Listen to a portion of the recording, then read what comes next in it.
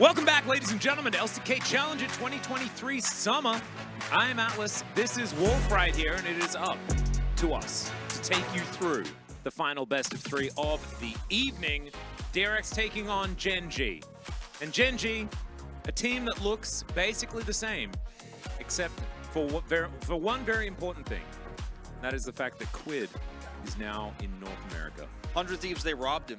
Yeah, they robbed him from us. Yeah, they robbed us of him. Yeah, that's what they did. They robbed Gen.G of their mid laner for Challenger. And I think that it might actually be our fault.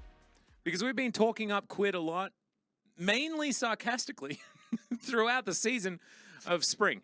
And perhaps research wasn't done. I don't know, because he wasn't that great.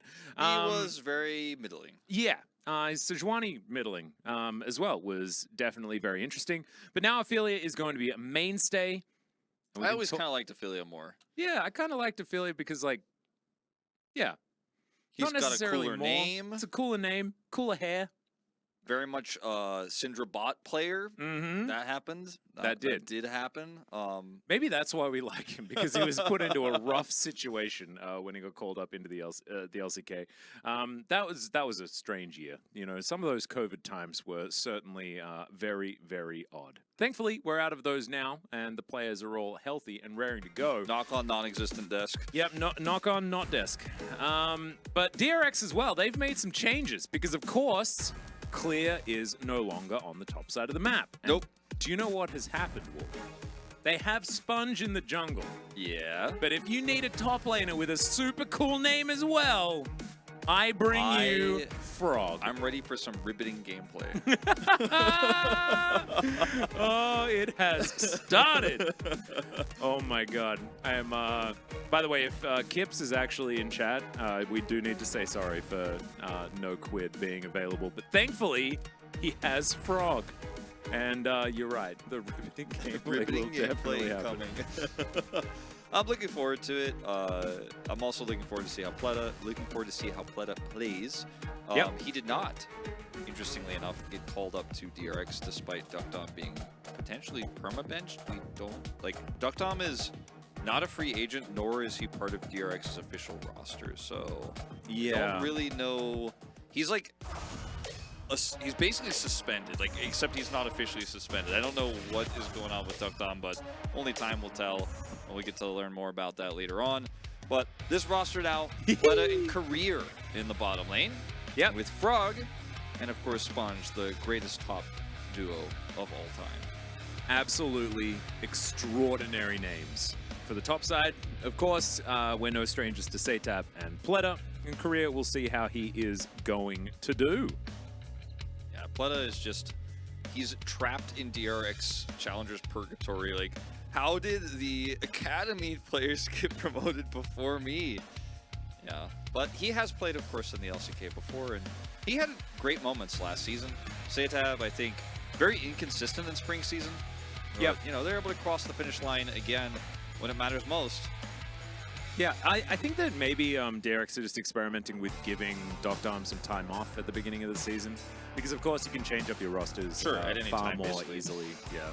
This time around, on the side of Gen.G Global Academy, Zest, Winner, Ophelia, Cafe, and good old Losper there towards that bottom side. So, not very many changes outside of Ophelia being a mainstay now with that really cool bleach blonde hair in the mid lane. Yeah, I'm excited to see how he does, because he has a lot of experience. Otherwise, this roster to me is, like I said before, a little bit mid. You know, it has had a lot of time to grow and improve. Like, I mean, Lospa was playing back in, 2022, also in the COVID era, playing in LCK, filling in. And it's just kind of been a roster that's been underwhelming, excuse me, and not even overhyped either. It's just, look at the stats: 4-14, 0-4 against DRX last season. It tells us a bit of a story. We also have in front of us the standings for last season. Let's read it out, shall we? 0-4, 8th place, 4-14. A team that, just doesn't live up to its parent org's standards. And in the past, Gen.G was quite good in Challengers, but they promoted a lot of their players, sold a lot of their players, and now what we're left with has been disappointing, to be frank. Yep, 8th place in the regular season. Obviously didn't go to the playoffs, and they're against DRX, who were 1st place in the regular season, and then lost in the grand final to D+, who were just having a really good day, if I remember correctly. D+ Kia weren't necessarily considered the favorites moving in. DRX were definitely that team, and we'll see whether they're going to be able to play with that hunger, especially given the fact that they're starting off on the blue side, which has been the overwhelmingly selected side and has lost every game so far today. Yep, 0-4. And the blue side bans have been pretty consistent, although we do see the Lucianist tossed in this time, so throw us for a bit of a loop on this one. No Poppy ban being forced out this time around. And that will be Zeri taken away. Those are the red side bans I like to see. Now, this means Frog Cassante. Frog Cassante, but Pletta's going to get his Aphelios. That's strange that we're seeing Cassante left up. For the first time here today, a lot of more powerful things have been left up, given the fact that we need to get rid of that guy. So not going to happen. Are we going to see Jinx, or are we going to see Kog'Maw? Ooh, I don't know. Are we going to see Xayah? I don't know about that. The good old Annie Rakan combo. Certainly something that you'd be very used to seeing if you were watching some MSI. DRX can go for a whole lot of different things if they would like to. We'll see where they do decide to land as far as support. Could just be Lulu. Could, of course, be Thresh. You know, Frog could also just ask for the Tahm Kench lock-in for the top lane, which I assume he wants to play. Just get the Thresh and get... Oh, okay, I was going to say Cassante, but... Alright.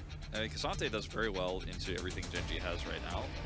What? Like, why is there no Cassante? Yeah, this is kind of weird. Gentleman's agreement? Gentleman's agreement. I think they probably just signed off before the game. They're like, come on, none of that. None of that crazy stuff. stuff. Now I think DRX kind of has to ban it because it's very strong and Gen.G has big priority here. Even if it's blind, it's really good, so...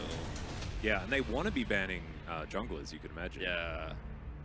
I think it's get a little bit awkward is they'll ban the Jace, interestingly, even though it's a Sejuani in here early on.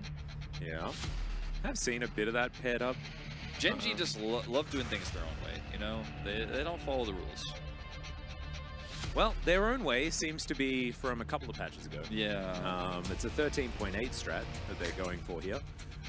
Ban Gragas now? Like ban Renekton? I'm like, oh, okay. Oh, God. Oh, no. Well, there we are. Okay. Now Kha'Zix, I guess, because we're just ignoring Cassante forever. I don't know, man. All right, no, it's Wukong instead. Never mind. We are definitely back a few patches. Gen.G will lock in the Cassante. I assume. Like, come on, Zest, you're a really good Cassante player. Like, what's happening? Yeah, there we go. Yeah, this has to be the case, especially with the Gragas ban. You're like, what are you even doing? Let's see what the answer is going to be. The old Cassante counter was Gnar. More modern answers were the Cannon and the Scion. Scion definitely not an answer, though. Yeah, I mean, I feel like he's just going to take the abuse, and he's going to be a front line for the Aphelios. And the last pick will be the mid pick. We'll see what that's going to be here for Setab. Need a little bit of magic damage. I mean, historically, he's just going to play Victor. He's like, I'm just going to play Victor here, and it's going to be a front-to-back Leandri's Victor, and I'm going to go back in time. Oh, God. Don't do it, Setab. Surely we're not back to Victor. Surely we're not. It's Syndra. It's about just as bad. Okay. Giving us a little smirk as well as it's locked in. That's not Setab there on the screen, but Luspa has the final lock in here for jungle pick, and will we see the actual? This is so Gen.G just be like, yeah. Luspa looks like Morgan's little brother, by the way. He does. You guys wanted to see the Trundle into Sejuani. Everyone always talks about it. It's like a caster talking point, but it never gets locked in. Well, I'll give you what you want. I'll give you the Trundle into Sejuani. It may not be meta, but it is a lot of resistances I'm going to take away from Sejuani. Yeah, they're like, we didn't go back in time far enough. We decided that we Scion too, you know. No, it's actually fantastic in this position. And Trundle also got a slight buff as well, I believe, on 13.9. Just like a few numbers tweaked and here and there and things like that. So we'll see what Win is going to be able to get done here, especially with the amount of value that he has on the Subjugate, being able to get through these big old tanks. Because DRX just wanted to set up that big old front line and let Pleta be a carry. And it's going to be difficult to do with Trundle there, turning anyone into a into Paper mache. I hope that the swaps are not bugged on that Rakan Zaya. Well, I mean, I hope they are bugged because that doesn't seem right to me, Atlas. I think that might be. Surely that doesn't seem right. That seems a little bit wrong over there. Unless Kafei's just like, nah, dude, I'm the better Rakan. I'm not sure. Maybe this is the new meta. Oh, Gen.G, what are you doing to us? What are you doing to us? Okay, it's day one. Save this for like end of the first round. You know, ramp up into it. You know, slowly push your way through. It might just be that our API is bugged and it's actually correct. We'll find out soon. Or if this screen never goes away and you see us on camera in a moment, you guys will know that those a swap bug of some type. And do you reckon Ophelia could have been a lead singer in a band in the late 80s? Who? Ophelia? Yeah. Because that hairstyle, like, that's a hairstyle you could set your watch to, man. That is gorgeous. Yeah. He also looks like he could have been a member of an early 2000s K-pop group as well. Well, we're getting into it. I mean, we're going to find out soon. Well, we're just going to do some do's and see some champions that are going to be on the Rift. That's what's going to happen, Wolf. Let's do it.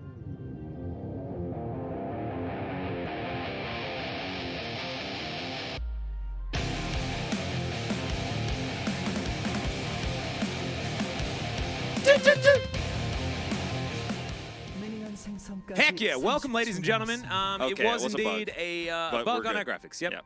All right, that was worrying, but everything is okay. Yep. We're not going to have to be too worried about it, and everything will just be fine. Fleet footwork here for Pleta. Trying to get some sustain in this lane. Nothing else too worried about anything, as Annie's just saying some words. Cut down. Yeah. Glad to see that on both of these 80 carries. Considering the front lines they're going to have to be pushing through. Cull starts, nothing shocking here. It's blue Scion, so Frog not going to be going for any early shenanigans. Nope, not this time around. And so probably just going to be some chill laning, stuff like that. The Cassante is what I'm going to have my eyes on, just with the fact that he's been permabanned all day and has been very powerful in other regions. For this particular patch. Yeah, and just ends up being so good at both providing a very difficult to crack front line, but also can assassinate or kidnap and then assassinate squishy targets. Let us see if he can hit any of these Calorum Qs, or if he's just gonna sit back and poke. There we go, one. Oh, no. Carfe spacing too good. Oh, there's one. Got the auto. I love to do the play-by-play of Felios level 1, you know? That's what gets me excited. Me too. And we even had KT playing in the last game. And this is where I really saved all of that enthusiasm for Wolf. Thank you so much. Yep. All right, Zest charging a Q. Not as excited about that. Level 2 race successfully gained here by Gen.G. And nothing is going to come of it. And so, if we talk about how this game should really be played out, it hinges a lot on whether or not Gen.G have leveled up, right, as a team. It's been their team play that we've been mainly concerned about. I think individually these players are definitely up to snuff. However, they haven't been able to get it together on the Rift. And it feels like sometimes there's been a bit of a, like, drafting... Yeah, like debacle, like, or trying to use the weird drafting to cover up their bad team play. They're like, oh no, we have a strat, and then the strat often doesn't work either. Yeah. This kind of felt like a draft that's a little bit out of the box in some regards, but feels dated. The Trundle is specifically because of the very, very tanky Sejuani and Scion that they're facing, and can also be problematic for Aphelios too. True. Hook is going to land here by Korea, who is going to get the playback. Wanted to try and catch the battle dance there, which is why he held it for a little while. It was a little cute play. Another reason why Trundle is so powerful is that it gets the extra resistances from Frost Armor, so Sponge is always going to be susceptible to the Subjugate. But you can play around it, right? It's not like a win-win, as now Frog could be in trouble, as there's a big old troll. Frog going to go for the flash. Does have to flash early, though, so can't get over the wall now, and he is really dead. Not sure what the flash was aiming to do, as a max range hook is going to connect. That's a ride. Okay, Korea He almost just went straight to the death chamber on that death sentence. That's not exactly how what he you wants to start his career. No. He watched his career fly towards the enemy turret. But, you know, at the end of the day, he's got Hex Flash. He's okay. Yeah. That's a decent trade of damage on the Carfe. They're just going to take this opportunity back. Lost but now summonerless. As, yeah, that was a really interesting play from Frog there on the top side of the map. I want to watch again because I don't think Sponge was really anywhere nearby to help him out. Not entirely sure what that flash idea was, but he croaked, you know, and croaked twice actually because he's Scion. Yeah, we had a question. Why is this LCK CL? It's because it's the Challenger League. That's the acronym that we used, CL, which is the first letters of Challenger and League. And the person who made it was a big fan of 21 and CL singer, so that also really helped a lot. Yeah, so that was sort of the idea behind it. It did sort of make the most sense there, but I'm really glad that you asked us to clarify because sometimes people get confused about seemingly obvious things. I mean, some people call it LCK CL, but I think that's kind of weird. Yeah. Well, you'd have to call it LCK. Yeah, if you want to go full pronunciation. Yeah, LCK is how you say it. Maybe that's how we should introduce it. That Hex Flash was a choice. Indeed. That he made. Aphelia's at 50%, but he's just still flashing forward. There's a flash from Sponge as well. Everyone's staying alive. Eventually, Aphelia is taken down.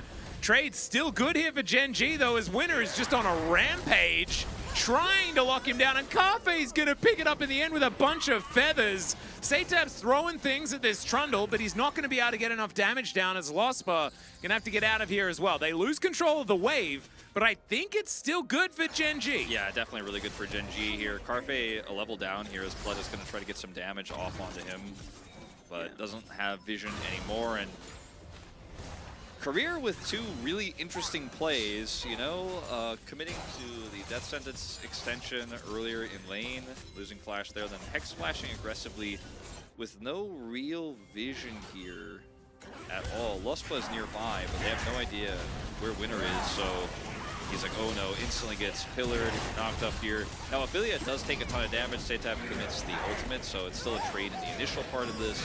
As we roll it forward, you can see that Trundle in the Sejuani even without Subjugate. Oh yeah. Good. I mean, Trundle in the early game just in general is very, very powerful. So Carfe picks up that kill. That's a lot of money in his pocket. Additionally, Trundle is very far ahead. So this early game is just not getting easier.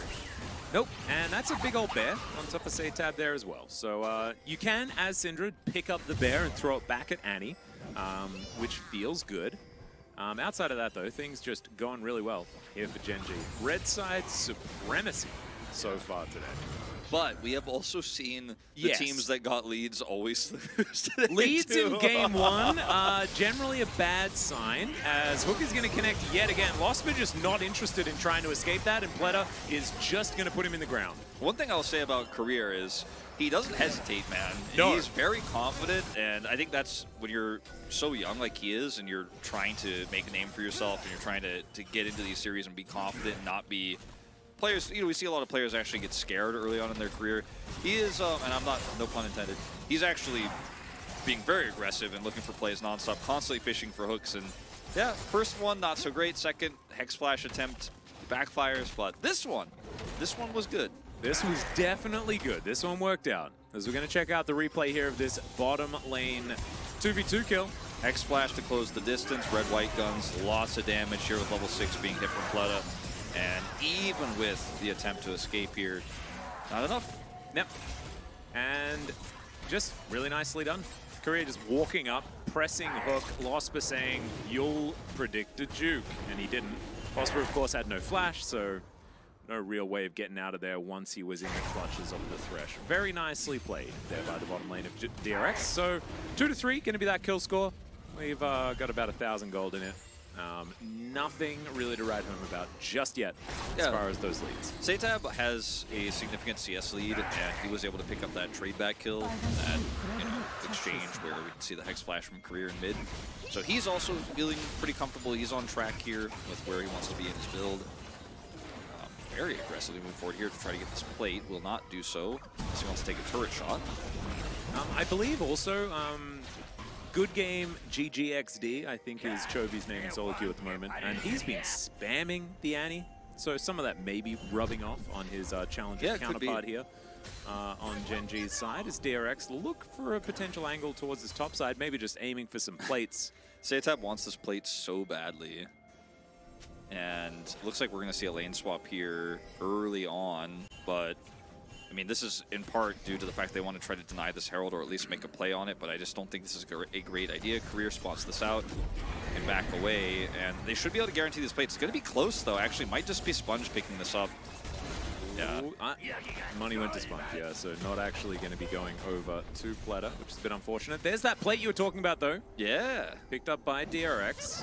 And Ophelia losing a lot of time in mid, actually losing tons of minions here, too. And he almost gets a second plate, Saytab. So, you know, I think this, even though the plate gold was denied, some of it obviously was denied, still a pretty good macro rotation here for DRX. They realized the lane swap was happening very early on, matched it very well, and nothing really lost here. Plus, the Syndra is getting further and further ahead. Yeah, it's really nicely done. Frog holding his ground on this bottom side, but losing out on so much farm. Just not, it's not happy Scion scenarios. Zest is just taking these plates, demolishing turrets, and whether they're top or bottom lane doesn't seem to bother him too much at all.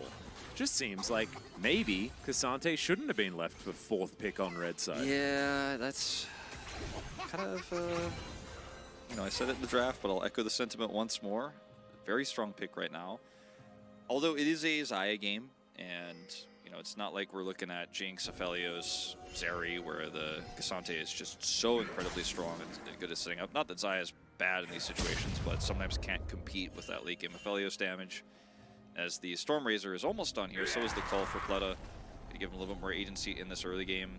Significantly behind in CS, but picking up that kill delayed after the hook from Career. It's going to mean that he's not too far behind. Yep, just chilling. So yeah, a few more of those call stacks and we'll have a bit more money in these bottom lane champions. And so about 10 minutes until we see a team fight that will change the fate of this game is what we've learned. So Frog is going to ult. That's not an ult to change the fate of this game. No, that was an ult to change direction of where he was moving in the lane for a moment. Zest is going to be a problem, isn't he? Yeah, he is. As Frog is not going to be a solution. He can, of course, empower the Aphelios later on, and Pleta is going to enjoy having a Scion as a front line. And Scion, even 20 CS down and down a kill, isn't going to be like, oh no, it's doomed. Like, the Scion can't do Scion things. Scion will do Scion things, and Frog will be relevant. But the Cassante, really relevant. Yeah. Because he could do what Scion does as a front line, but also be a very dangerous threat when he ults and all-outs. And the Aphelios has to deal with that. Has to deal with an Annie, has to deal with a Trundle. So on paper, I still like Gen.G's position here a lot better. They're up a Drake too, but let's see how the teamwork goes. Let's you know, let's remember its challenges. I have to say this out loud to remind myself that even though things look good, you just never know. You don't. Also, kind of cool, the evolution of the Xayah builds. Do you now just build Kraken Slayer and the dashy one? I guess so. Like, I actually haven't really been focused on Xayah that much. She's been played a little bit. I think like maybe 4 times or so in the LPL, but I was just kind of like, yeah, I'm looking at the Aphelios, the Jinx, the Kog'Maw. So I'm not entirely sure what the Xayah build is right now, but I guess we're going to find out. I remember, like, you used to build Kraken Slayer if you felt safe enough not to choose Gale Force, and now technically I guess you can just do both. Maybe that's what Carpe's brain is thinking about. I also feel like maybe you'd benefit a lot from doing the Stormrazor-y stuff. I don't know. Yeah, he like just builds LDR next. I'm like, I'm like, wait, you know that's not a Mythic anymore, right? Yeah. Hey casters, do you get more due to this increased workload? Yes, we get more of you in Twitch chat, and it's fantastic. We love it. Yeah, more gameplay. A little bit more pizza. Yeah, we get double meals. Hell yeah. On Mondays. That's what we're talking about. So yeah, that's what we get, and it's the goods. Don't you worry about that. Gen.G still clutching on to exactly the same level of gold lead. That means we have a complete plateau of the gold difference between these two squads. Looks similar to a heart monitor of a dead person. Ophelia prepped his stun, or is about to have it completely prepped, right? He can just easily shield himself. Hook immediately cleansed. It's a great scatter as in goes the Scion. Thought it was his opportunity, but DRX going to back away Frog.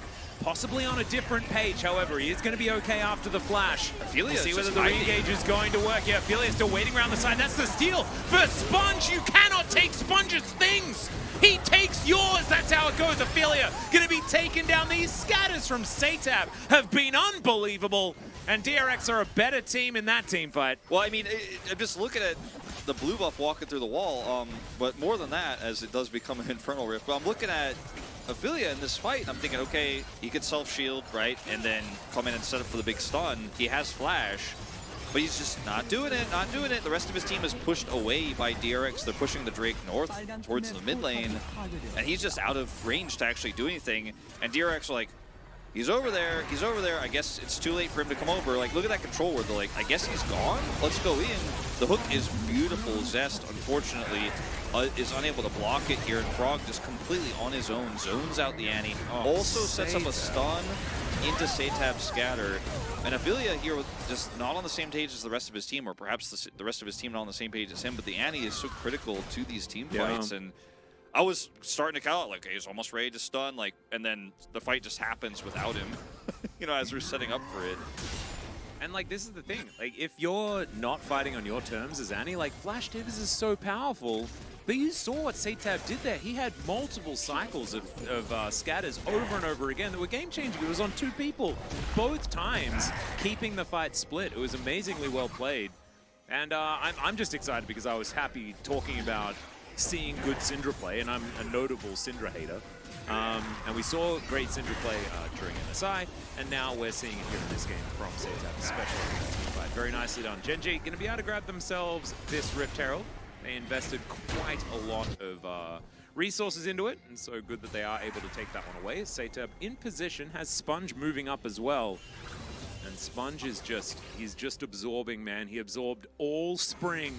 Okay. And he's continuing to absorb now as in he goes, misses the ult onto Ophelia. That is called a cast a curse, ladies and gentlemen. Yep, that happened to me earlier. Yeah.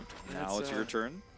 Look at the gold lead for Satab, by the way. I mean, he's had a pretty significant lead in terms of CS this whole game, but now picking up those additional kills and really running with this. I mean, Ophelia has been so absent this game. He's been quite invisible.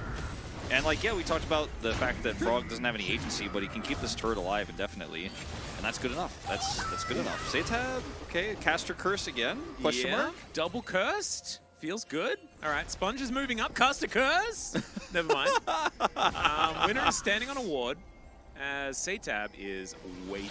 Does find the scatter. Throws Tibbers at Ophelia. Yeah, see how you like it. It doesn't really mind because Tibbers not going to hit Annie, so it's okay. Still, Sponge is going to get that 50 gold. Yeah. Remember, Tibbers is worth the same amount as the Nexus, so whenever you kill Tibbers, it's like you're winning the game. Yep. Almost as much as a cannon minion as well. I mean, it's quite significant money coming through.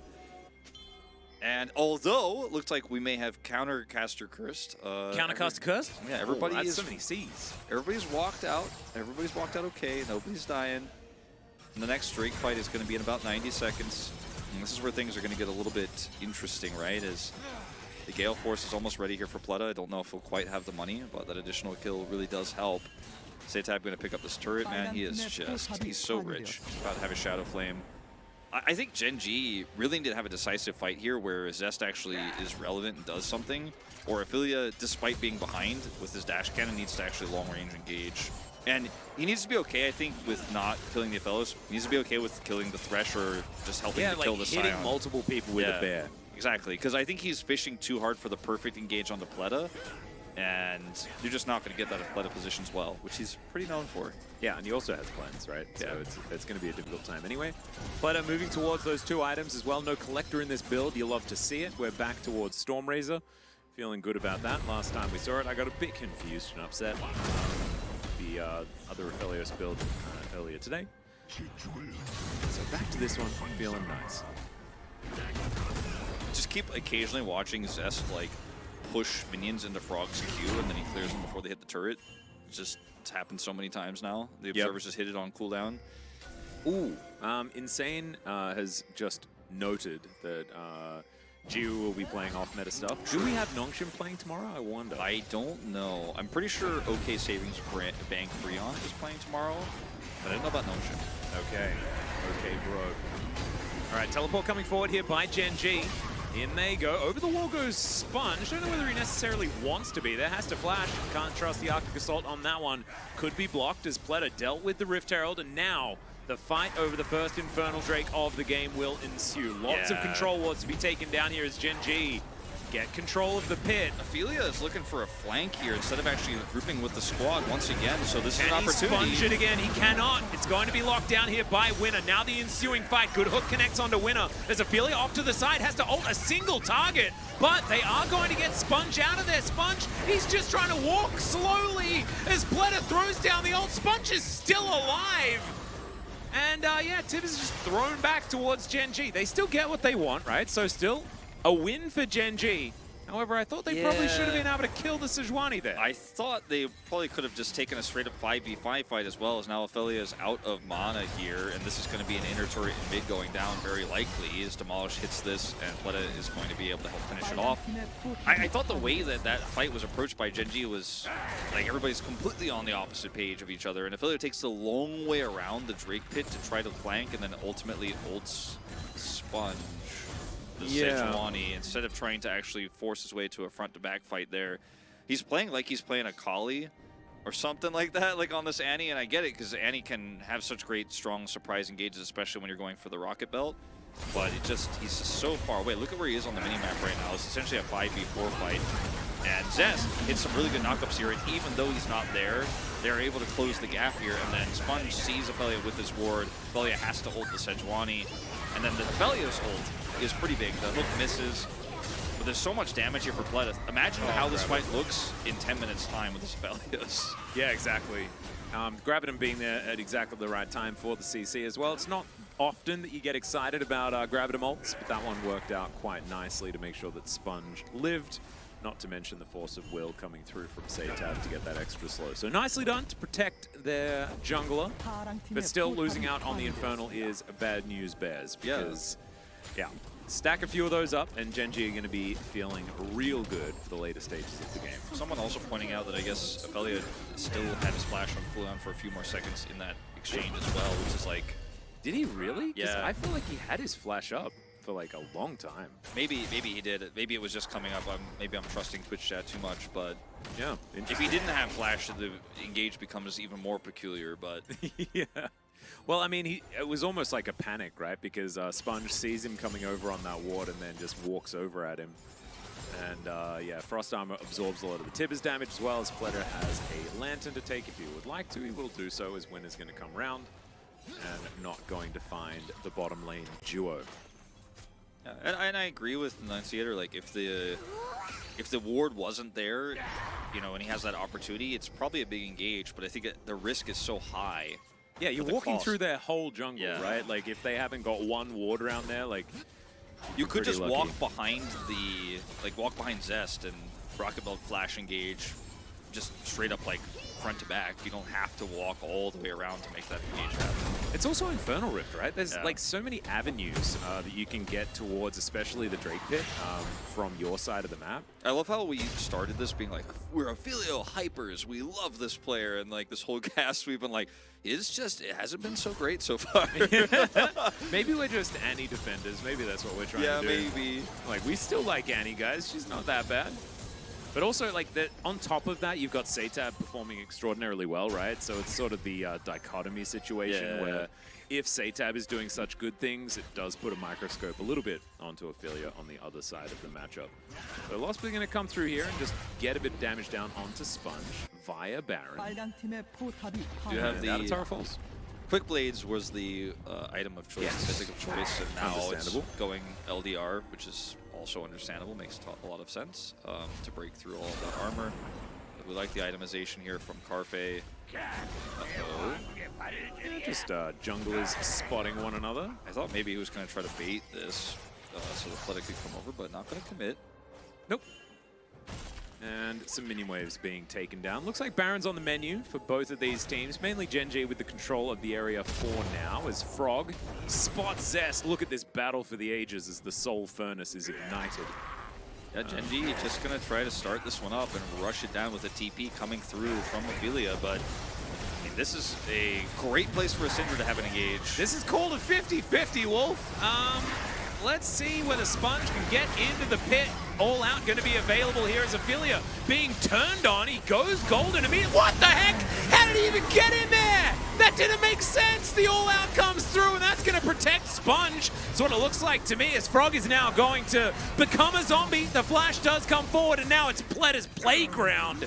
Alliteration unnecessary, but kind of worked out there as DRX now move towards the mid lane. Yep, they're going to be able to take their second Drake of the game as well to tie it up 2-2 here. So Gen.G really dropping the ball on this one. And once again, Ophelia trying to be on a flank angle and set this up. Once again, Sponge not only zones him out with his ultimate, but then just walks in casually and steals the Baron. And they don't hold the aggro. They just put it right in the smite range, make it 100% a 50-50, because they can't fight anymore. Once Ophelia is in stopwatch, or rather in Zonia's, there's nothing they can do anymore. So watch Ophelia here, he teleports in, he's got full mana, there's no issue here. Sponge just susses this out, control wards here, and once Ophelia is actually in stasis, there's just nothing you can do.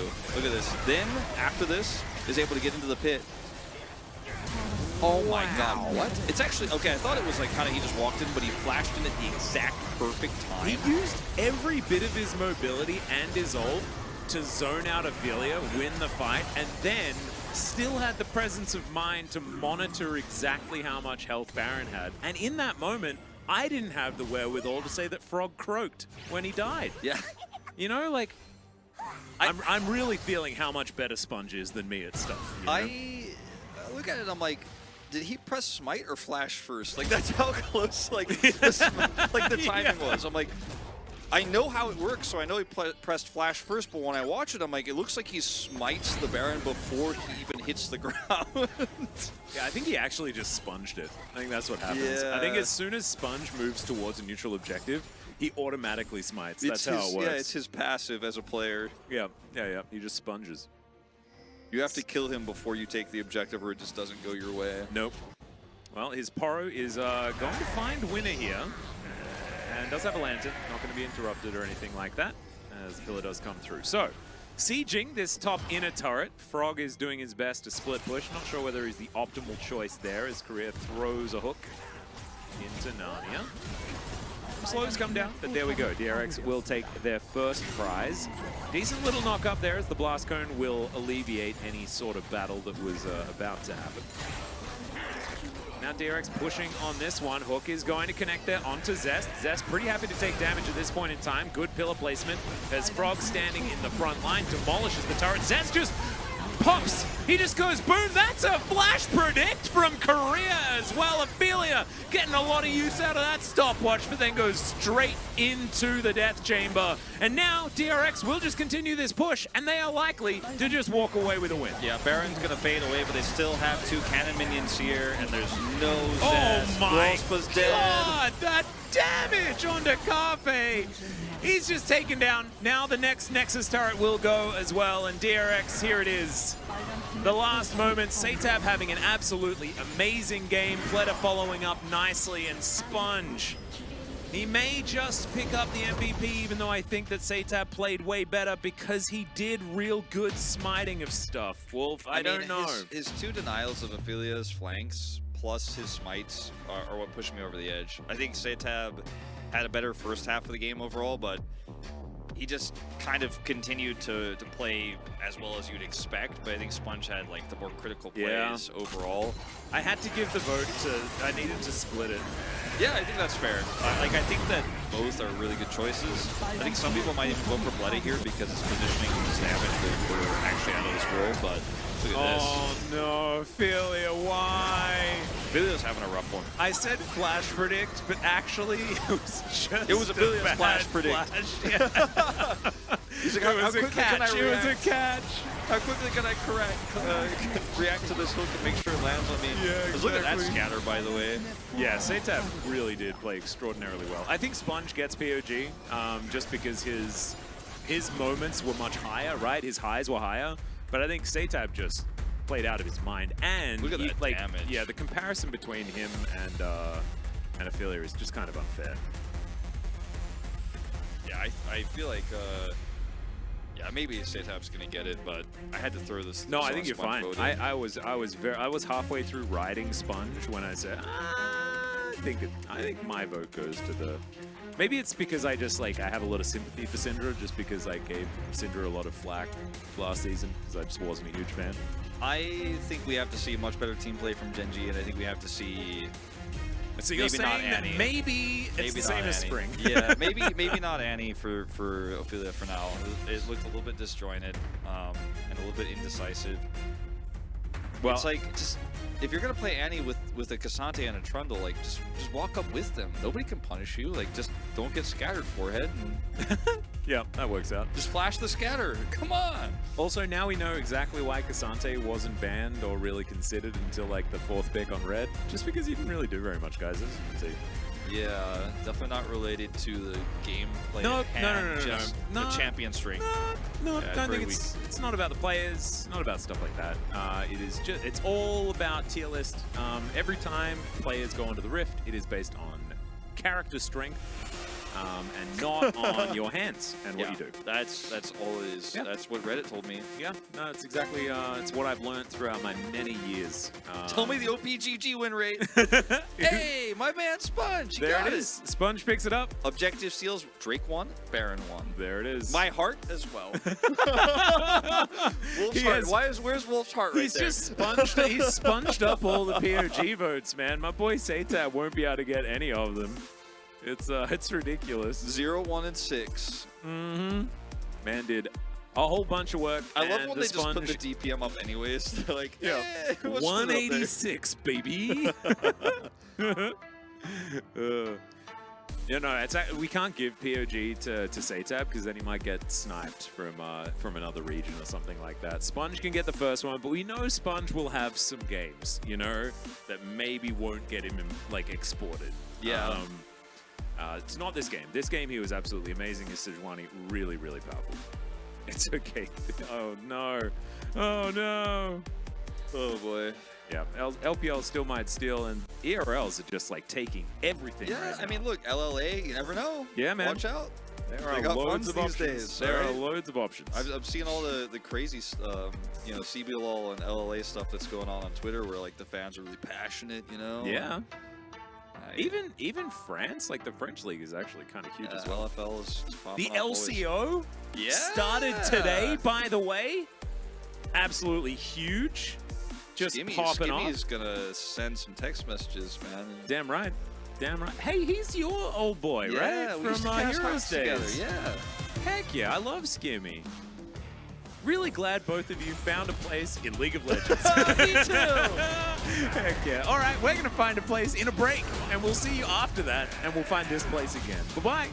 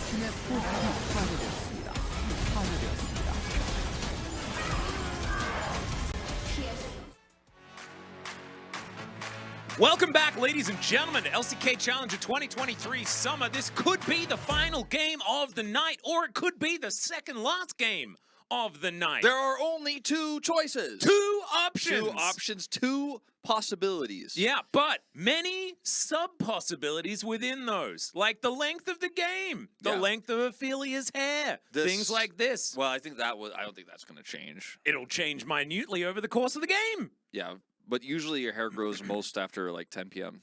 Yeah, but it's still, it doesn't, it always grows. Yeah, true. Well, I mean, even when you're dead, doesn't it? I'm looking at mine, I'm like, I wish that were true. Mine thankfully grew back after it all vacated a little while ago. But yes, I agree with everyone talking about the fact that AD carry is completely useless. Yep, it's we may as well just remove the role from the game. It's not really contributing very much. Trolling in the chat. Yeah, I love 100%. it. Yo, did you say Hullbreaker Jax? 100% we did. I feel like that might have been a question based on something else that was said, but I'm trying to insert myself into the conversation, which is something that I do in real life all the time, like doing it. It doesn't make me very many friends, but it makes me happy myself. Yeah, be happy, you know? You know, it's what Who it's needs about. friends? Precisely. Just Yeah. I don't know why my jacket's like... Yeah, I'm like, my jacket was like just fully open. I'm just hanging out. Do you like my new blue shirt, by the way, everyone? I'm a blue shirt guy now. Yeah, it's kind of weird. It's not fair. I don't have a white shirt. Yeah, you just white shirting. This is a short sleeve shirt as well, in the spirit of summer, which is pretty cool. I believe Gen.G would have selected the blue side, so we will have a switch of sides. For the first time. Indeed. Also, first blue side winner. True. And they were a blue team as well. It all makes sense. But now everything is reversed. We might have some issues with, you know, DRX being a blue-colored team, and then on the red side, maybe they'll want to lose so they can get blue side again, so they can be the right color. We also have like slightly different shade of blue this season. Have you noticed that in the pick and ban? It's true, a little different. It does look a bit strange. And also, like when you win, it says Sungdi in blue. Yeah. And it says Pebe in red. So if you're on red side and you lose, it feels better, right? Because at least you're doing it in the right color. Yeah. So if you're on blue side, generally you need to win more. A lot of international events in 2021, if you were on the red side, that's what it meant as well. Yeah, yeah. You had to be on blue side to win. I just asked Polt. Sorry, I just had to keep bringing it back. Oh, God, poor Polt. Oh, man. At least he's super good at TFT. You know? We will be starting soon, but we had to give Faker a little bit more energy, as well as to put casting in. Yep. Casting coming in. He is going to be joining us on the desk. Zest still playing, obviously. We're just letting you know that casting will be casting. Casting. Zest subbed is an odd choice. Well, is it? Because his Cassante was a bit kind of meh. I wonder what this changes as far as the priority in the draft, though. Yeah, I don't know if it really means anything at all at this point. I think that, like, Ophelia was, in my opinion, the weakest performing player in Game 1, but there's no sub for him now, so... Yeah. I think this is just like the KT sub, let's see how this goes. Could Chovy replace casting as a top laner? The answer is no. He is currently on his camel farm with Faker, collecting a whole bunch of the energy that we are providing from our energy collecting room that is sending it directly to Faker, charging him up, because it's going up into the sky, and that's where God generally resides. True. By the way, is Orc still in the LCK team? Yes. Yes, he is indeed. He's not here today, otherwise you'd see him. It's not a large room, so you would be able to see him. But he's not here, but he will be when the LCK begins in like 48 hours, something like that. Yeah, like 44? 44 hours? 40... No, 43. 43. Yeah, and some change, something like that. So yeah, pretty ridiculous that we're beginning so soon. Off season was a blast. You were so busy in the off season, Wolf. I went to Japan. I went to the Philippines. I went surfing. I played a lot of video games. I went to the gym a lot. Although I'm just eating pizza today and just making it all go away. Yeah, that's and now that this is what during the off season, you got to go to the gym a lot because during the season, it's hard to make it happen. Yeah, and I didn't spend a lot of time at the gym in the off season, so I'm gonna have to do the old both situation. However, we thankfully have touch wood, fake desk wood, that we do have a little bit of added help this season. So maybe not the same 6 days, 7 days in a row slogs that we had in the spring season.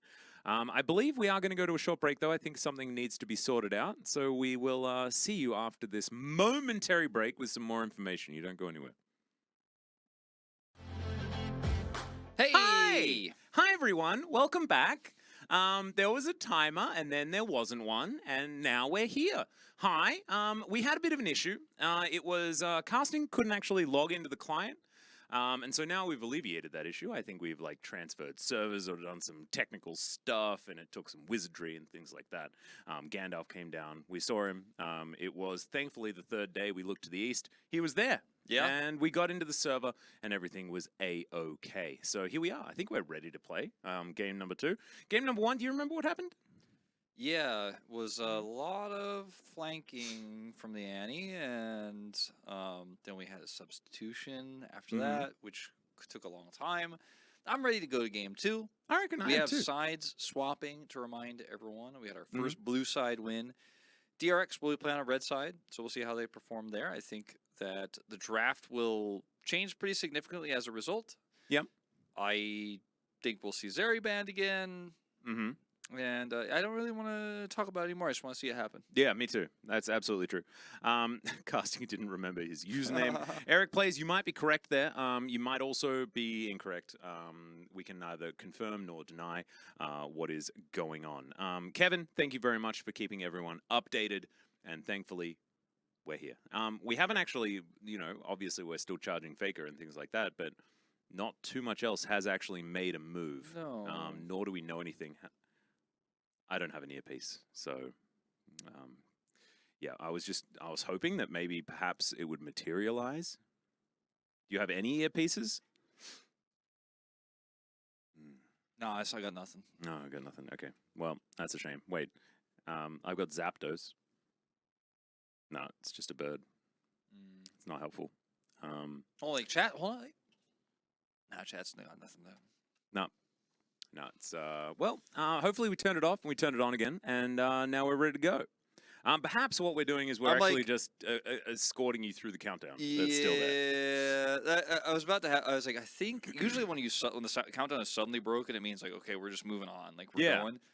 But I had this suspicion after it didn't instantly go to draft that, maybe he isn't in.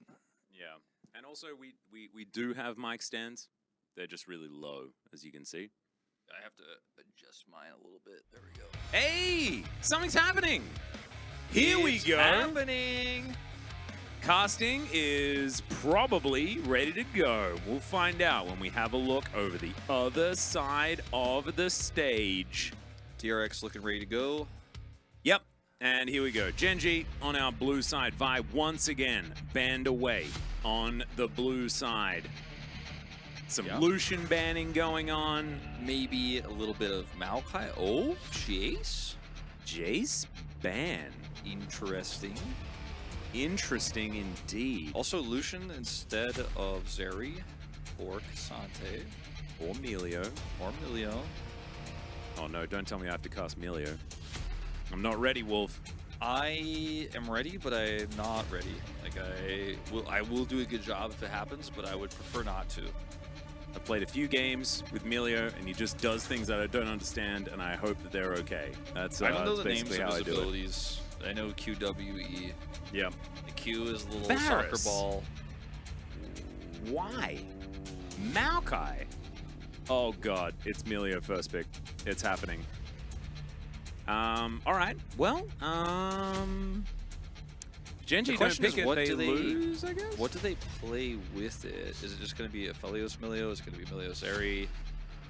Because Zeri is also up, so if you pick Milio here, you give over the Zeri, and there's some mind games happening. I guess. So it is going to be Milio first, and Milio open, exactly. can just be Zeri Yuumi as response. Don't need to get the Yuumi because Milio's already locked in, so you can grab Zeri, Sejuani. Sounds like a pretty reasonable plan to me. Yeah, I think that picking up the Zeri makes a whole bunch of sense. Do you just go... I mean, I feel like Zeri Cassante would be really good, but it doesn't look like Cassante- Frog really cares that much. You could also go for Scion here too, and it feels pretty good. And if you just play a lot of things that are really high damage, Milio can... Oh, well, it will just be Cassante. I was just thinking that, you know, Milio's ability to cleanse CC is all great unless his targets are dead. Yeah. You know what I'm saying? And also, like, unless CC isn't the problem, it's the Zeri damage that's the problem. I look at this and I'm like, how did Gen.G, like, on blue side, lose this trade so hard with the mind games of banning, like, Varus and Jace, and then they ended up with Milio Aphelios versus Zeri Yuumi. It's, it was like DRX are, like, laughing all the way to the bank on this one. I mean, the Annie is also like, okay, pretty high prio pick, except we really didn't enjoy how it was played by Ophelia in game number 1, so... Yeah. Wasn't a huge fan. Let's see what gets banned here now as Gen.G, because it can limit the jungle pool, but theirs will also therefore be limited. Viego weakens the Ahri pick. Or actually, no, Annie's already locked in, what am I saying? That break really did me in. The Syndra pick makes Syndra ban, sorry, makes a lot of sense. Satab was absolutely amazing in the last game into the Ophelia, into the Annie. It's not exactly a great Annie matchup just in general, so I'm kind of glad to see that one finally Good alleviating the lane a little bit. Yeah, good adjustment for sure. Satab played it very well. I imagine that Satab can you play Orianna on this I think patch? you can. I think it's still fine. I also think you could play Victor, which, you know, not everyone's favorite champion, but I think it suits the composition here and the scaling that we're heading towards in this draft. And it's a pretty decent matchup into the Annie. Not as good as the Syndra or the Orianna you mentioned, but it's one of Satab's favorites, as we will see the Wukong banned away. So splitting between jungle and mid here. Kha'Zix's going to be a winner here. Interesting sponging choice here. I like it because he's been so good at stealing. Kha'Zix is great at that, but it's also very good into an Annie who's trying to flank. You can force the Annie to stun you just to survive, and then you're like, cool, that's that. Your flank is over. Or you just kill the Annie on the flank. Yeah, just like massive burst damage as well is pretty good when you've got someone that can alleviate your CC and stuff like that. Once you have Edge of Night too, you just don't care about Annie at all. Okay, Gragas gonna come through, banned last time around. Ooh, Winner going for a bit of a Lee Sin angle potentially. I feel like the Lee Sin comfort in Challengers is just something we're going to be seeing for a few weeks, where people are still a little bit uncomfortable moving out of their comfort zone because we had such a thin jungle pool in spring. True. And Lee Sin was only really on the edge of it, but everyone here who's a jungler in Korea plays Lee Sin the majority of the time. We'll be locked away there for Winner, and now we'll see what Satab is going to be bringing into that mid lane. I would like to see some Orianna. That would be pretty fun. Yeah, I don't think it's an Ahri angle here, although looks like Satab disagrees. I know he's a very good Ahri player, but synergy charms will be hard. Yeah, the synergy with Kha'Zix is kind of there, but you're playing into Annie, so it's pretty tough to pull that one off. And I would have liked to see just more consistent damage here, because I don't think you're going to be playing for pick into Annie Gragas. And you have a Zeri, so just set up 4 additional damage. If he goes Leandri's here, it's also not great into Gragas, so see what he ends up building. Might just be an Everfrost angle, and they try to set up for those picks, but yep. I otherwise like the draft here of DRX. You got the Cassante, you got the Zeri Yuumi. 0% win rate today, but yeah. I think in the hands of players like Pleta here, Zeri is very strong still. I agree. We'll have to see whether Milio can tip those scales, because of course he is pretty busted right now. Slightly longer range, low range Aphelios here. Yeah, Mistriki also coming out saying, too bad Ophelia is in mid lane. Would have loved to see the casters struggle with Ophelia's Aphelios. And fun fact, Ophelia was actually playing in the bottom lane when he subbed in. When Ruler, I believe, was unwell, and Ophelia was the only option. He played Syndra bot. Yeah, he did. He played Syndra bot, so he didn't actually even play Aphelios. But we did, I believe, at least take note of the fact that he could be playing Aphelios at the time. I think Gen.G really need to step up the synergy here, and Ophelia, he's a very good player. I think he's shown in the past better than what we saw from him today, but oh yeah, it needs to be clean, or this is going to be a clean 2-0 for DRX. Exactly. Do you know what? Ophelia, his face keeps reminding me of someone, and I think it's Rufio from Hook. That's going to have to be a Google for me, dog. You don't remember? I mean, I've seen Hook before, but it's been so long. Completely different hair, but I feel like his expression is very like Rufio confidence. That's what I'm feeling. Yeah, I don't kind know. of see that a little bit. Right, you got like the vibe? Yeah, a little bit. Hair is very different, but also like, equally like extravagant and out there. And like late 80s, you know, the vibe certainly vibe. All right, no, casting looks like Showmaker. Okay, interesting. Anyway, we are going to get into this game number 2. Finally, let's go.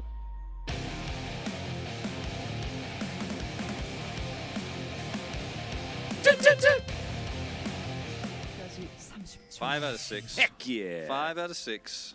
Nailing it. All right. Gen.G lurking in the river, keeping their eyes on where Shelly is going to turn up in 7 minutes' time. Melio just frolicking around in the jungle, having a great time. And we'll just see whether all of this is going to work out. I'm thinking like Calibrum Aphelios with extra range sounds pretty dumb. Yeah, it is pretty strong. Let's see what Lospa goes at level 1. Hasn't locked it in just yet. Most people go E for early trades, but the W is on such an incredibly long cooldown that usually save that for level 3. And yeah, I like the build here, or rather the runes for Sponge. He went for magical footwear, futures market, first strike, so very easy to get 2 items, low economy. If you're just going to farm, you don't need to actually get a ton of kills. I mean, obviously, if you do, you feel great. You get a massive lead, but as we saw in our previous series, Kha'Zix and at MSI, Kha'Zix can just out-farm very well with some of those buffs coming through, and his Q is very strong. Yeah, he just gets through that jungle. Yeah, and then you start being a big threat for objective fights. Ooh. Melio Vayne does sound revolting. This is exactly what we're talking about. We just need to buff Vayne and give her like 700 attack range. Well, I guess got Melio her does AP, that. you know, scaling on her tumble. Hey, there we go. Nailing it. I do think it's really funny that that's the way that we decided to do things. It's like, Rage Blade is going to be AP, so we have to change every AD carry and give them AP scaling. So if they buy an App Tome, it's not worth this. It's really interesting because Vayne I don't think she ever had it. And like I used to build Trinity Force Vayne all the time in like Season 3, stuff like that. And yet it didn't really seem to matter. You still built Amp Tome to build Yashin. Yeah. As, all right, we've got a little bit of aggression here towards his bottom side. Just pressing some buttons, level 2 gained by both of our bottom laners, and it looks like everything is going to be okay for now as in goes winner. Whoa. They get the stun, and that is an extremely dead Satab. Yeah, that's the end of that. Good flash there from Ophelia to guarantee the stun. Winner comes over, hits the Q. So much burst damage. Level 3 Satab has no chance. Just going to buy a Constellation Dark Seal with the money he was able to pick up in those 3 levels and hope for the best. We'll TP back to lane immediately. Yeah, all too easy. We'll see whether the favor can be returned, though, because, of course, now no flash on Ophelia. Does mean that if he's overextended, things can be a little bit of an issue. Level 3 here for the Melio. This is where the bullying really begins. This is really reminiscent, of course, of like Caitlyn lanes or early Draven power spikes when you have the Lulu push coming through with some of these champions where you're like, yep, well, I'm just going to push and we're going to get plates. Avoids the ward, wraps all the way around. And then as soon as Satab feels like he's safe, Ophelia has got his stun prepped, goes for that minion, and that's what does him in. Flash for the stun. Yeah, flash W as well to make sure it's an instant stun. Really nice. Ward hop was clean. Yeah, if you flash Qs, then we'll have an extra time to react. Satab will. Okay, revenge here. Yeah, Sponge coming back down, and that is going to be Cafe exhausted, still flashing, trying to get himself out of the way. Lospa now going to be the target, splitting this damage quite a lot as Korea Just gonna slink away. Can you and me back towards Pletter if you would like to very, very soon. As Once winner, again. yeah, coming for round 2. Looking instead to try and steal some non-existent Raptors and won't be able to do that because, as I mentioned, they don't exist. So 3 summoners down here for the bottom lane of Gen.G. So Gen.G's Academy squad having a little bit more, or a little bit less power now after picking up that plate, but weren't really fully punished with the kill there. So Sponge doing his best. Did cost him a little bit of farming time here, isn't having the lead that we saw in our first series tonight. Casting here, having a good time in this early game. That's often how Gragas does. He's sitting on 2 pots, 2 biscuits. He's even going to go check on Sponge over here. I love when Gragas do stuff like this. Check where the Kha'Zix is exactly, get some additional information. Is that early prio? Look at Ophelia. Just no fear whatsoever. Just standing his ground, takes the full combo from Satab, wins out on the trade because his buttons seem to do a little bit more. Nicely done. Of course, Satab still sitting on just Dark Seal and that Corrupting Potion, and just trying to get through these minions as best he can.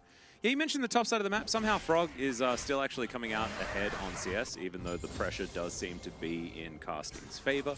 Just hasn't quite been able to last hit quite as well. And let's see whether Losper is going to provide Ophelia with a nice little cozy campfire to hang out in. Winner is going to encounter Sponge here. Satab has no mana. He has enough for like 1 charm, but that is it. Has to play so safe here, and they're going to force this wave in. Lospa's here as well. Yep, and Satab going to be flashing. Tibbers is getting pretty angry. As Ophelia down very low, but is still going to be absolutely fine. Takes another turret shot because why not? I mean, tick of Tibbers damage was the issue there. Even though it was handled well by Satab, he's still down a flash. He's still down tons of CS here that Sponge will be picking up, and a plate goes over to the side of Gen.G. And I mean, this is starting to be a very massive lead. I mean, 6 minutes in, we're talking about 1,000 gold picked up just all over the map here. Oh no. It's a guaranteed win for DRX then, I guess. I guess so. I mean, that's just how it's been going. As winner here on this control ward, knows he's not seen, catches the wolf here, not Sponge, so builds some extra distance. The ward hop here, not fast enough as the flash comes through. Really nice usage of the level 6 here, though, from Ophelia, knowing he had that experience advantage. Well played. Yeah. Gave Pletter a little bit of space there towards that bottom side, as All Out is going to be utilized here. Casting, I think, should just be dead. He is on the wrong side of the rift, now going on a merry jaunt. It looks like Frog is just going to let him go, doesn't want to waste his time chasing after the Gragas. So, not going to be a solo kill, just gets the flash and didn't want to invest his own. Yeah, will be a teleport coming through. DRX on the bottom side of the map. Going to grab this Drake. So 2 wins here on opposite sides here after what was a disaster in the mid lane twice. So getting some back, as it is going to be a Cloud Drake. We'll see what comes next here. Nice tech, so interesting opportunities here in terms of souls. Indeed. Could be Mountain, could be Infernal, but could be some lesser ones in the Ocean. Or the Chemtech. Oh, it's probably Chemtech, isn't it? Yeah, I feel the spirit of Orcs, you know. He's there, he's looming. It's one of those games where we had a pause, you know, we had a little bit of delay. Just kind of feel like, you know, it's a Chemtech game. Yep. That's bit sort of a of how it goes. day, you know. That's how it goes. 100%. Farm on the bottom side is very, very even between the two. It's the mid lane that is the biggest issue here, as Carfe just hangs out in his cozy campfire. Yeah, level 6 here for Carfe, and looking to potentially all in with red-white here, but it's just so hard against Yuumi, you know? This Q is going to miss here from Lospa, and I think that's kind of the end of that.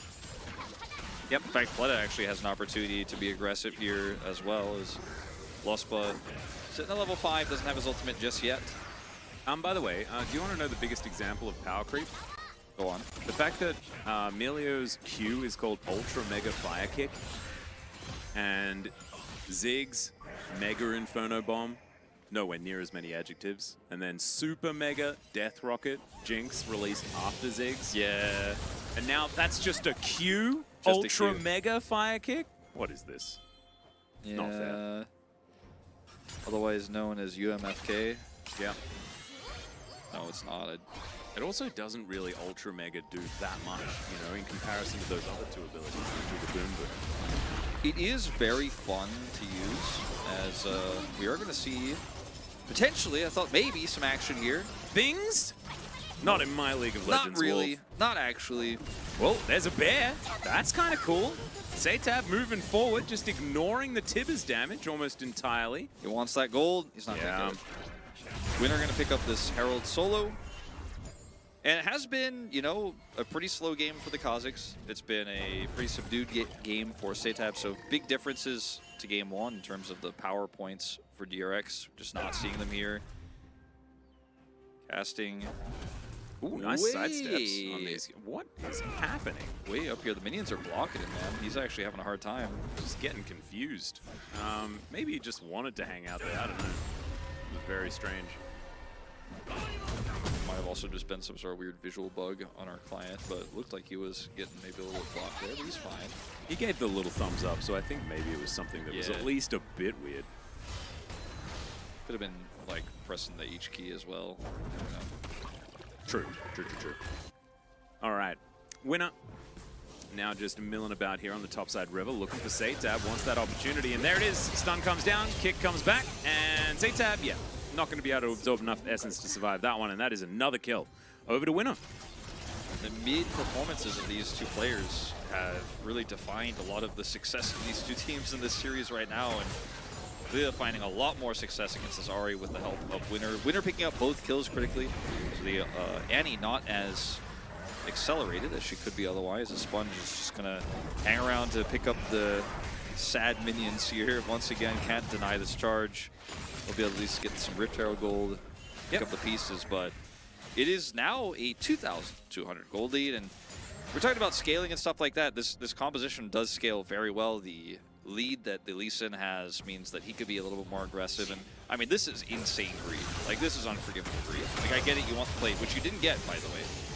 And they had no vision on that top side as well. I mean, his jungler was at least hovering up there, but didn't have the information required in order to allow him to make that play. So I agree, pretty greedy. Now almost 900 gold behind. Now, I mean, Satab has no ultimate and just no hope. Yeah, you got Ultra Mega Fire kicked in the face. That's a third kill for Winner. And a third death for Satab. That's the biggest issue. I mean, this is not necessarily the game is over, but your win conditions are so narrow now as DRX. Sponge also going to be forced to leave here. Winner really hard committing. That's going to be another plate over to Ophelia. I mean, I might even have to go back and be like, no, I think this game is over, actually. Well, it should be. However, we are in Challenger, and, you know, the blue side has been ahead by this much in previous games. So we'll just have to see whether this is indeed Satab completely throwing this game away. I mean, or just, I mean, it's not even necessarily a throw. It's just a lot of focus in that mid lane, right? And the Lee Sin Annie combination is a lot of ganking power and threat. But with no summoners and, of course, no ultimate, you're really not allowed to just roam into the dark. I'm not really sure what DRX thinks is going to happen here on this Drake contest. Sponge, you can't win this 1v1. Pleta is at half health. I mean, your mid laner has no level advantage. There's at least that. He has a Ghost Blade as well, but I think there's no hope here. Not as many friends, that is for sure. Yeah. Not to mention that the bottom push here from Pleta was fairly greedy and risky as well. He's going to get away with it. I say that. He needs to leave. He will. He will. He's leaving. So, I'm calling it now. He's going to walk away. Winner moved back. Satab back here into the mid lane to try and tidy up what was happening in the earlier stages of the game. He has no vision of the tri-brush. He's going to leave. He has no idea. He's ulting. He's ulting. All right, yeah, there's the ulti. As the final chapter is thrown out there, Lospa just avoiding everything. He's asking for it, man. Winner is just not going to go. He's like, nah. He's got some camps to take, you know. He's lagging behind the farm rate of this Kazakhs. Surely he'll leave. No doubt, before Winner kills him, right? 100% he leaves, right? Well, there's a ward, and it's, you know... It's Zeri. It's the Zeri situation. So you just kind of know that she's going to be okay majority of the time. As Winner is going to rotate up. And Pleta comes down just to clear out this next wave that's going to be conga lining forward.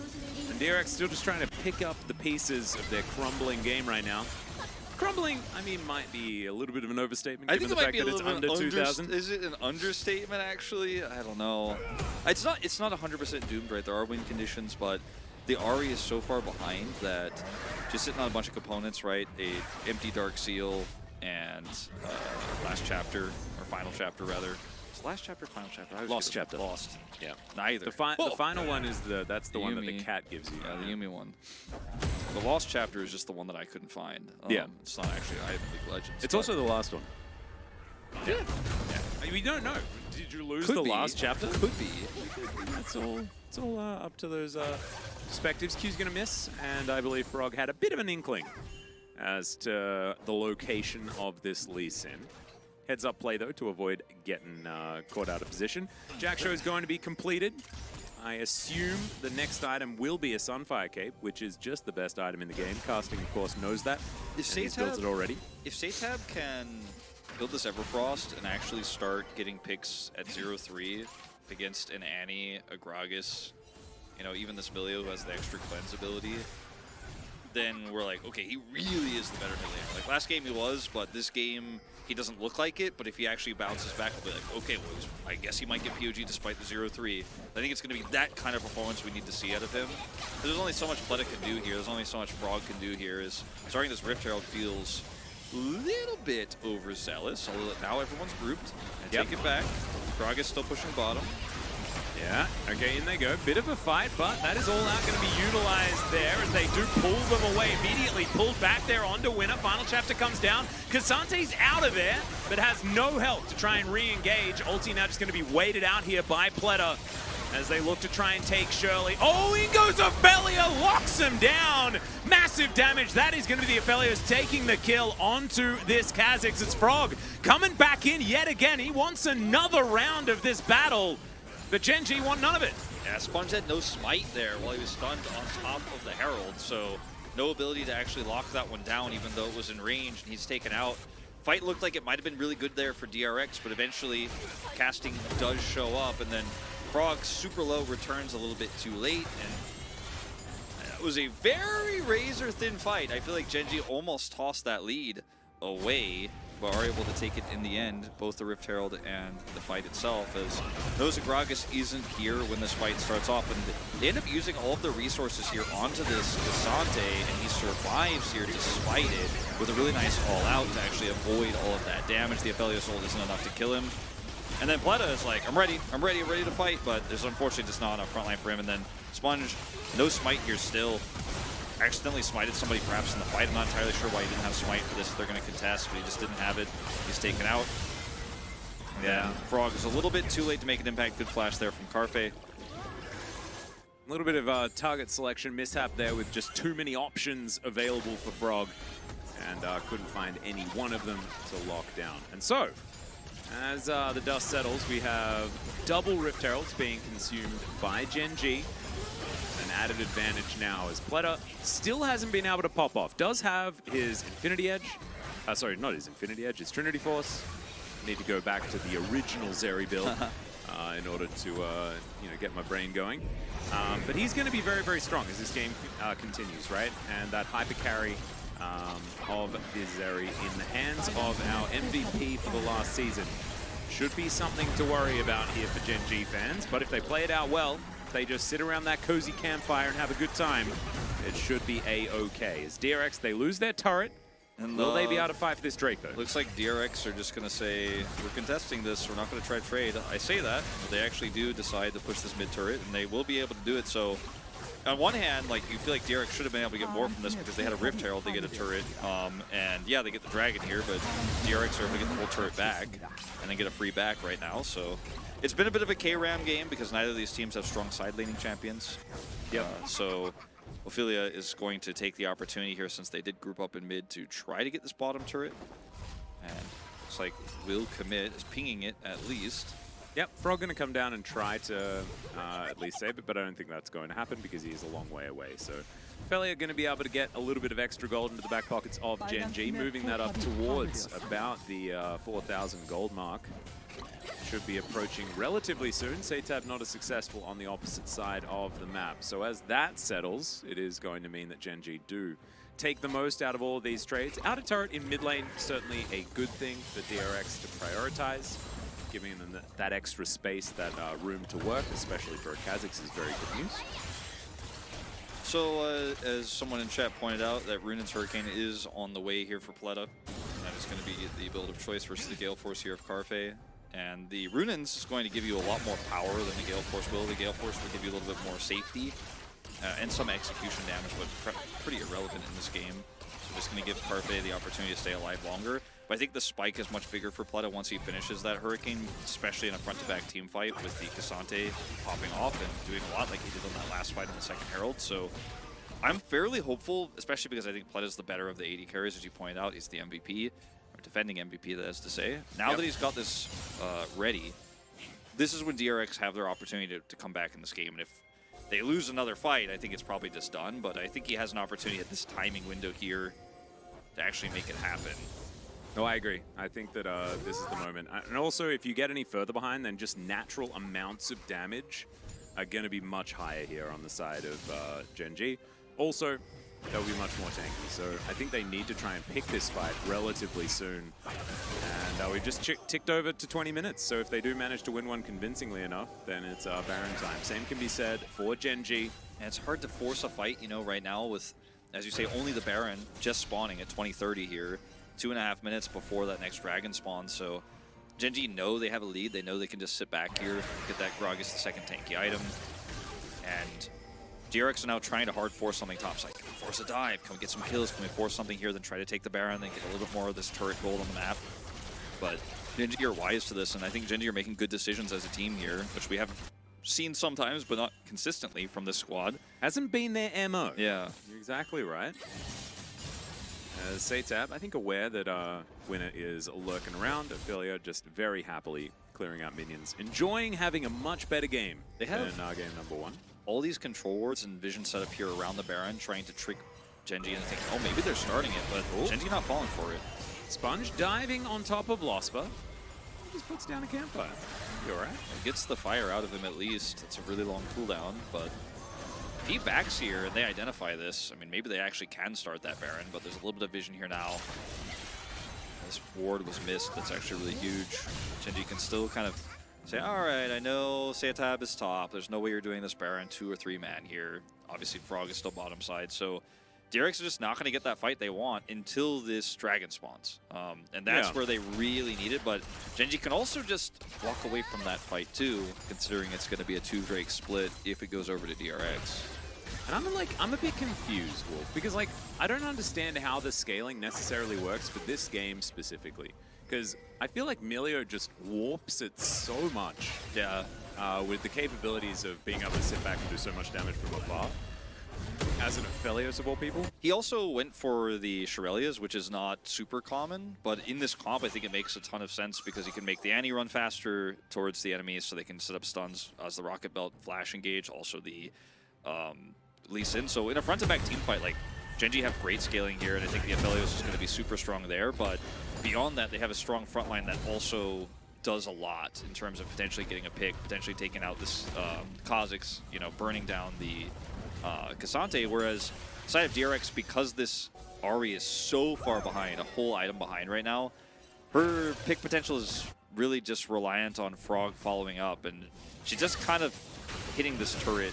You know, like that's her job in this game, and I don't know if she'll ever be relevant, unfortunately, for Satab, so it's really going to be on Pleta and Frog, I think, to win this, with Career's help, of course. But the Zeri needs to be empowered by the Cassante to do serious work with his Runans in this team fight specifically. Well, Sponge is now looking for an opportunity. He's lurking around Carfe. You get extendo beamed for the moment. The Prowling Projectile not going to find too much here as now Winner looking for that opportunity. Frog going to hit him with a Q. As meanwhile, you do have an Ahri pushing on that top side. Frog, good little dash to avoid any sort of kick angle there that Winner might be throwing out. I think that they're going to try to start Baron here, and this is a great opportunity because this is going to force a fight that Gen.G doesn't want to take, and they're very late to this. And giving the Drake is just sole point, so without great vision here, it's really difficult for Gen.G to come over. And they don't actually hard commit to this. Frog being mid does kind of give it away. Like, okay, they're not going to hard commit, but DRX just trying to get that fight in any way they can. I mean, time is running out here, though, for sure. Yeah. And this Drake is what DRX assumed Gen.G was going to go for, right? And so they take a Baron while they're distracted with the Dragon. I think they were always going to give it up because they felt like they weren't quite strong enough, wanting to get some extra items onto Pleta here as the Quick Blade's probably going to be coming through next. Yeah, well, he's got the Trinity Force and the Runins. I don't know what he's going to build next in this case, but...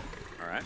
Pleta pushed against the wall with the cast, but casting with not a lot of options now. However, does have the turret, so at least is going to be okay. I think that, like, when you consider the... Like, they could have maybe tried to do Baron, or they could have hard committed to killing casting. They chased casting away, didn't do Baron, didn't force a team fight, and I think DRX's window is really closing now.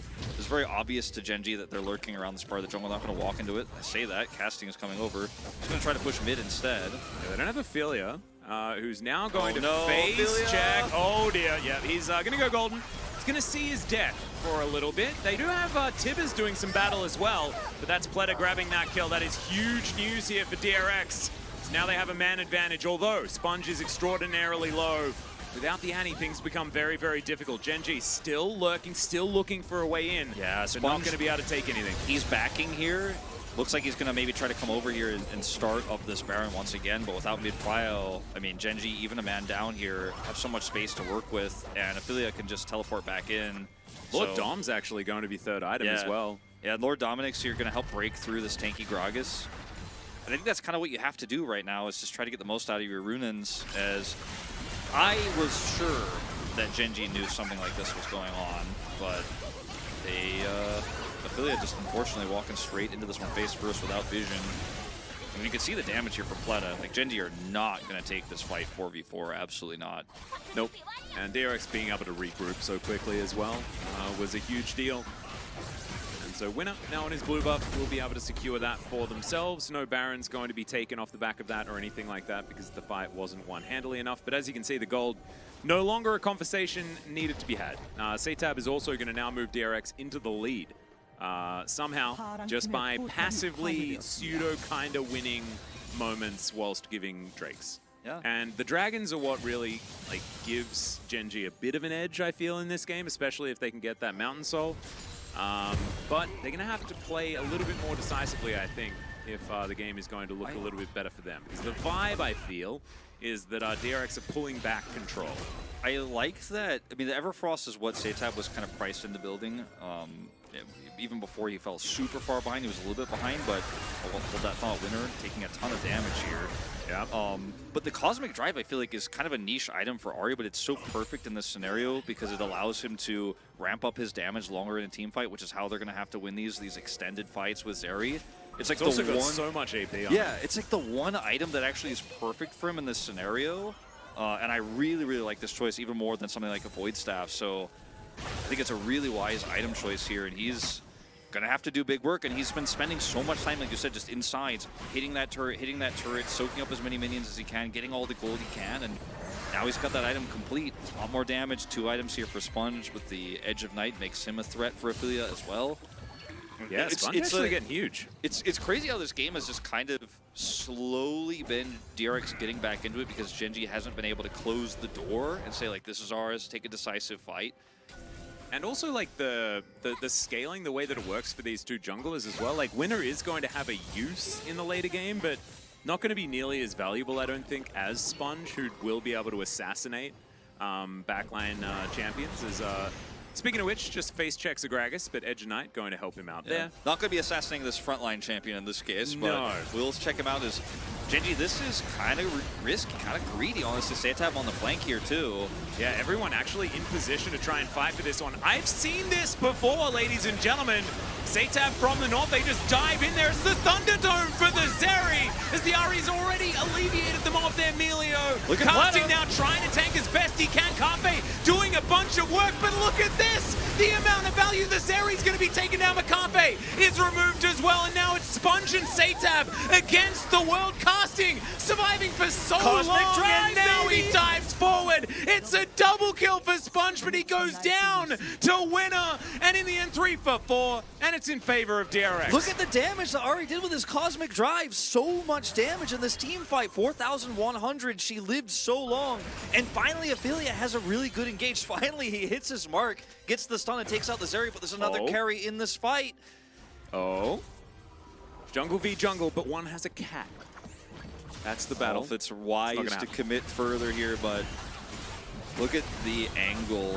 Satab's on the side here, gets over, and is able to somehow miraculously steal this Baron after taking out Lospa. And look at Pleta on the side, he's doing so much damage, and then finally Ophelia says, I've had enough of that. Stun's prepped, big W here, and then Pleta is taken out. But let's watch this Baron secure. That was Tibbers. Tibbers MVP, man, managed to destroy the Zeri. Oh, I thought he actually stole the Baron. My bad. I thought he actually stole it, so the Baron wasn't taken. Nope. That was just a fight. And now we're back to the Baron once again, as Casting's going to be able to find the cask, and that is a very, very dead Pleta. The cat's going to go down as well. We do have Soul Denial, but that in exchange for your bottom lane and a Baron ain't going to be it. I guess when he killed Lospa, I thought it was the Baron icon, and then my bad on that one, chat. But I don't know exactly how the start of this fight happened because we came out of a replay, but with 2 dead members here of DRX, that is the Baron actually going over to Gen.G. And team fight, quote-unquote, won on the previous fight. But let's watch this now. As Ophelia's in position here on this, doesn't have 16 yet, but Pleta just walking into no man's land. Gragas on the flank, no vision. Cask is great. Body slam follow-up, and that's 2 players dead. That's a Baron. I feel like, the Gragas. And you feel so safe as Zeri as well, because you're like, I'm next to a wall. I can just skate away. It's going to be fine. Not so much the case. Now, Casting stuck inside a wall for a moment there. That was a bit odd. He is well and truly isolated against the Kazakhs. Not optimal. The charm is going to connect there as well. Has to use the ult. Just to try and keep himself alive. He's very tanky, but he's still going to be dead. And Frog not going to be able to defend this inner turret. But trading is not necessarily what you want if you've got Baron. I feel like DRX are really setting some cool traps here, and Gen.G are walking into them with open arms in some cases, and you feel pretty safe as a Gragas who has Jackshos and Sunfire Cape to kind of come down there, and even if you run into lethality Kazakhs, you're like, nah, it's okay, right? It's fine. He has Sereldas now. he's getting pretty big, but he ends up getting picked, and it's a trade of turrets, like you say, and this is just anyone's game to take. I don't want to call it. I mean, you can see 6,000 damage. The lead here is Carfe because Pleta has been picked now twice in these critical team fights. But all it takes is one fight where he isn't, and then he and Ari both doing massive damage. We're moving towards those 4 items as well. Titanic Hydra on the way. For Pleta already has that Lord Doms locked down, so can cut through the Gragas a little bit more effectively. The Gragas also has now Anathemas, so hard to kill. Very hard to kill. Indeed. This game is wild. This is our best game of the day so far. I'm enjoying it a lot. And we've got Frog also with 3 items now complete. My goodness, he can just stand in front of Carfe for as long as he wants. Especially because that's just the last whisper for now. No Lord Doms completed just yet. As winner off to the side, Sponge catching him on that flank. There's no way DRX can let this dragon go. It's still 2.5 minutes away, of course, but they really need to win this next fight. And it's probably going to be the last fight of our game. Yeah, and they are eating a lot of this Baron timer as well. You can see the Drake's not going to be up for another 2 minutes time. And so Gen.G getting control of that area means very little. They are now converging on this bottom inner turret and could be an opportunity for them to try and get some real work done. Oh man, gotta be careful, Pleta. Casting did you in last time. He's level 16 here, he's over the wall.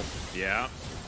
The Bomber could be looking for them. They do get vision of exactly where Casting is. It's not going to be enough and only lasts for a small amount of time. They're clearing this minion wave really efficiently, and now the Baron buff's gone, so DRX have successfully staved off this pressure. Yeah, great extendo beam there as well to keep tabs on this Gragas. There's Frog standing up in front of them as well. Infernum doing a fair bit of work here, but it looks like DRX should be okay for the moment, especially with the added sustain that they will have for themselves. And yeah, there we are. Absolutely fine. No worries at all. Mikhail's also done here for Korea. And so we've got Ghost and Mikhail's. This game is like making me hold my breath, man. Gen.G had so much control. They were so ahead, and they still are. They got the Baron, still sole point here, but Yeah, for some They're reason all I'm still walking the feeling. tightrope. Yeah, I'm feeling like DRX are probably the team most likely to win from this stage, just because they've looked better at it. Yeah. This whole year. But Gen.G definitely have the tools. They have the tools, and they should win this game, but I'm not ready to trust, because I feel like DRX is like running circles around them, you know, despite the disadvantages, almost like they're beating them with one hand tied behind their back. They aren't, but it feels like when you watch these successful traps that are being set, the macro that we're seeing here from Satab and the ability to move around this map and make fights that seem impossible seem close, is pretty scary. Now, 30 seconds until this streak. Now, Gen.G don't absolutely need to win this, but DRX absolutely can't give it. Oh, yeah. Or the game is over. So, see if Gen.G will be able to find an angle here. Sponge is trying to circumvent Vision here a little bit on his entry to this fight. Prio definitely the DRX, and this is it. The one to decide it all, potentially, if Gen.G opt in. Staggered spawns as well, so no Baron to worry about if you do take control of that river. Sponge now looking for his opportunity as Frog gets the all-out, looks for Carpe, and they just blow him up! They'll take down the damage already! Frog takes down the bot lane entirely! I love this new top lane for DRX, and that is going to be the wipe.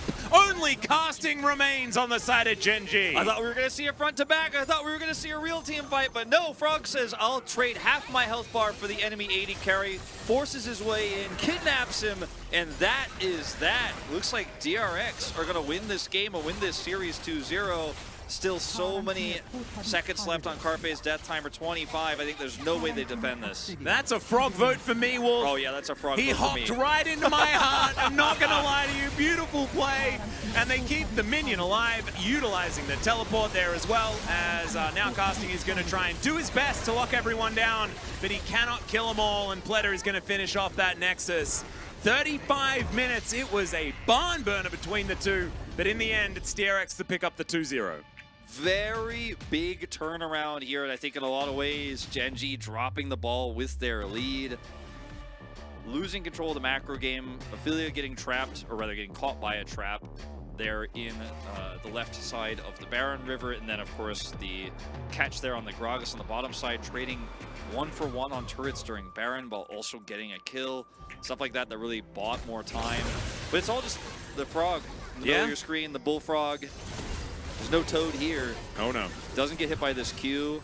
Oh, and then the just sees an charm opportunity. connected as well, Cup. Satab, are you serious? And I love the Cosmic Drive here from Satab. I thought it was like the perfect item. Very impressive stuff. Yeah, and it can't be the Satab vote. So we have to vote for Frog because Satab had an absolutely horrendous early game. And so Frog being able to help them set up that play, the 1-2 punch from the solo laners to really come out on top. And yeah, the Melio, unfortunately its debut here in Korea, not quite getting the work done. You know, almost did a quarter of the damage that the enemy support managed to dish out. But of course, you don't really do damage as Melio. This is a 35-minute game where Zeri is just checking. Looks like third highest damage, fourth highest damage in this game. Yeah. That's quite wild. This looks like a solo queue game damage chart. I actually think that if the game somehow ended before that last team fight as well, he'd be on like 5,000 damage. Yeah. He would actually have just done nothing. It's crazy how DRX just stole this win away. Cast is not working to their maximum capacity today. Well, minimum capacity, basically. Yeah, we are. This is actually minimum capacity. We did have a decently large pause, but that is the only real thing. So yeah, apologies everyone. Hopefully Valdez and Chronicler will have also 6 games tomorrow, and then we'll be even, and then everything will be fine. Right, guys? Really good game from Sponge as well. I think he great played series. very well. Yeah. This is a scary DRX. Just when you think like, oh, they've lost some of their best players, just keeps bringing it back. And this is why they won't send Pleta, you know, to the main league. They won't send Satab. They're like, nah, we got to keep up our challengers win streak.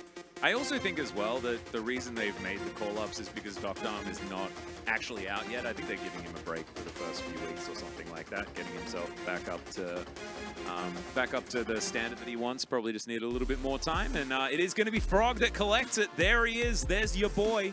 What a handsome guy, too. Hog for Frog. Hog for Frog. Man, he's going places. Oh, heck yeah. leaping his way into a POG in his first series. Cross the road, maybe.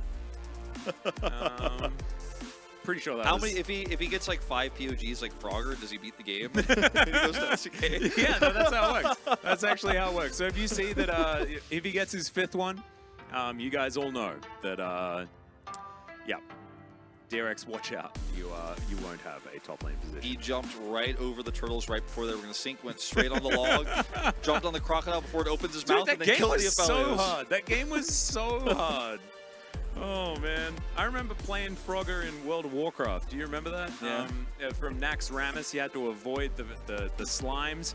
And in Oceania, before they were our own servers, that game was impossible because you had to basically try to hit them in order to miss them based on lag.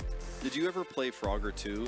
Frogger 2? Yeah, Frogger 2 Electric was like Boogaloo. It was like a PC game that came out in the early 2000s where it was like 3D graphics, and then you could like jump, you could double jump, so you could jump over a gap, and then it was like 3D, you could like hop around like circular and camp and stuff like that. Anyone in the chat play Frogger 2? That was one of my favorite games as a kid. With Frogger 2 Anadolia, was forgot sick. about Frogger 2. That's how much they played it. Frogger 2 was a good game.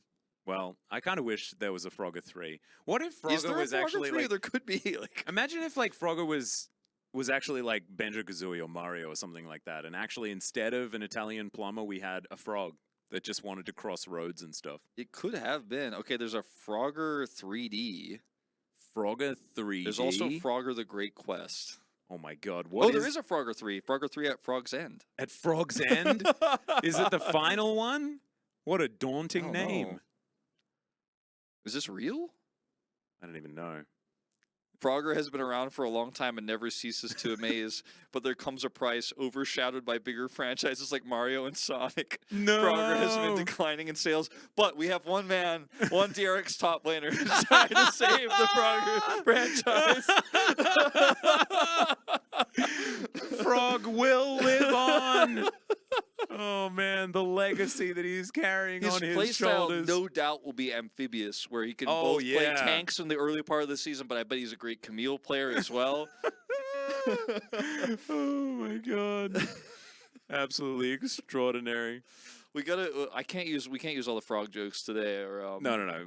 We won't get them all out of our system now because we've got an entire season to make frog references. We're still like tadpoles right now in terms of where we're going. Yeah, with no, these exactly.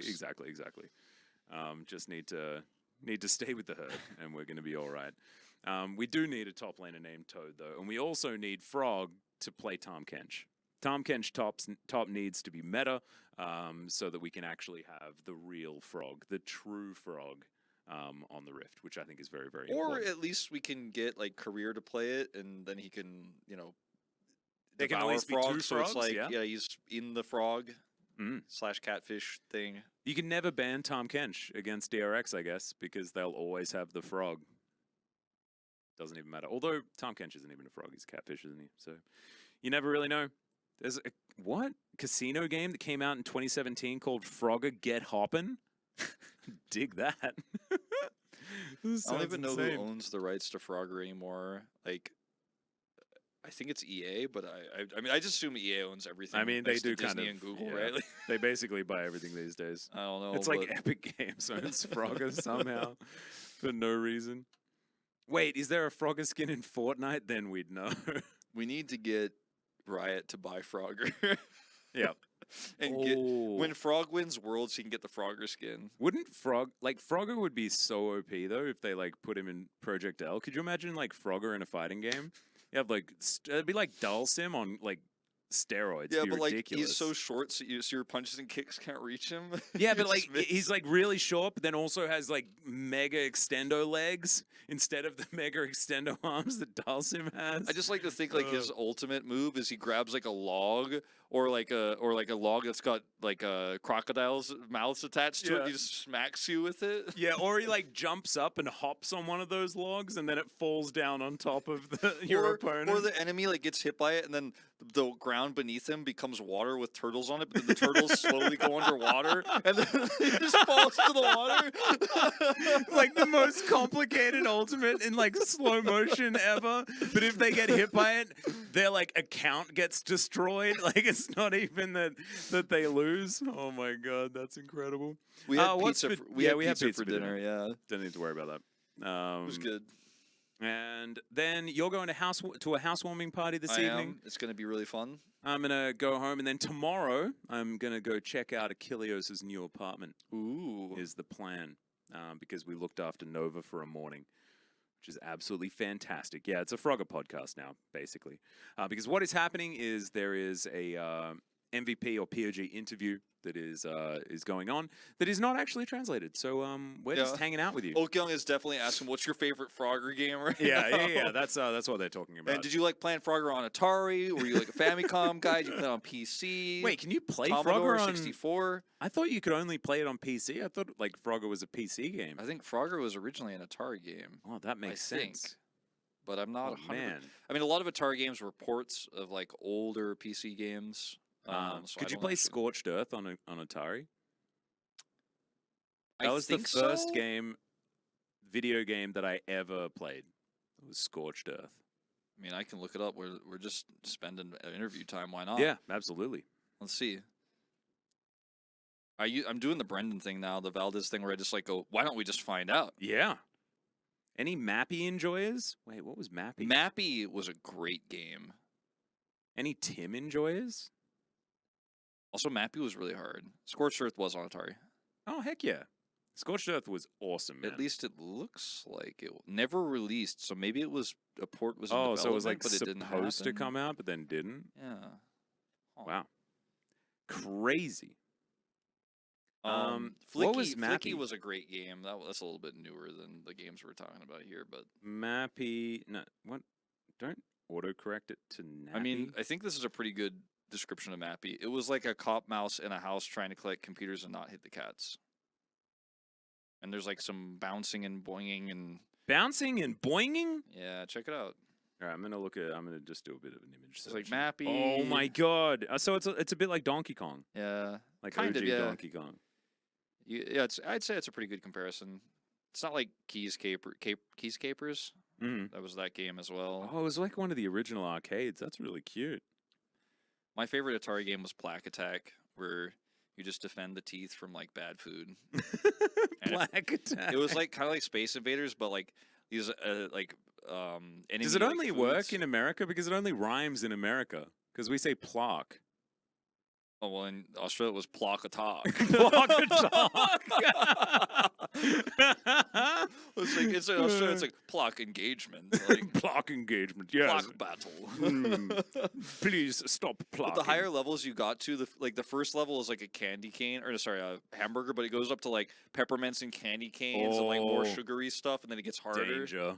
It was, the dev team was thinking ahead back then. Destin Infinity asks, which is scary to get frogged or sponged on? I think sponged is still scary. Generally, but today maybe getting frogged. Getting frogged in that last team fight must not have felt good. You'd have to talk to Cafe about it, because that was pretty brutal. And as we can see, it is the slew of 2-0s. Couple of red side wins, and then a blue side to finish us off. And yeah, the top of the table, this is of course the three teams that are at the top of the standings at the end of last season. Understandable that they'll walk away with victories here today. Saw a fair bit out of Live Sandbox. I really enjoyed the beginning of their game number 1, of course. That 2-0 doesn't necessarily tell the whole story. And Gen.G showing us so much more in game number 2. This time around, Kwandong Freaks struggling a little bit. I feel like Bull didn't really have a great day today. Yeah. 2 critical mistakes from him, because there was also that one game where he was ahead on Zeri, and then it didn't work out. So quite a few comebacks though still. So it doesn't feel like it was complete blowouts, even though this score sheet looks like that a lot. Yeah, I thought it was. It does not feel like a 6-0 day. I don't know. Feels like a 7-8 gamer for sure.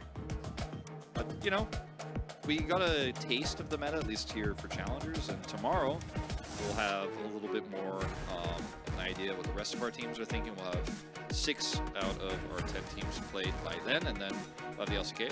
I say 6, but it's actually all of them, right? Yeah, all 10 teams are playing. Yep. And G was going to be playing. Yep. And So that's the main thing. OK Savings Brink Rion. And OK Man Bro. Heck yeah. I don't know what where did the man come from? I still want to know where the man came from. Trying to figure that one out. Like, Okay, man, bro. Man, bro. Okay. They'll be taking on T1. That'll be a difficult matchup, bro. Although T1's Challenger squad aren't necessarily a direct comparison is to the OK strength Man of the their... mascot? Is OK... Oh, maybe. Is that the mascot of, like, OK Chojuk Unhang? Or... Oh, the OK Savings Bank mascots is OK Man.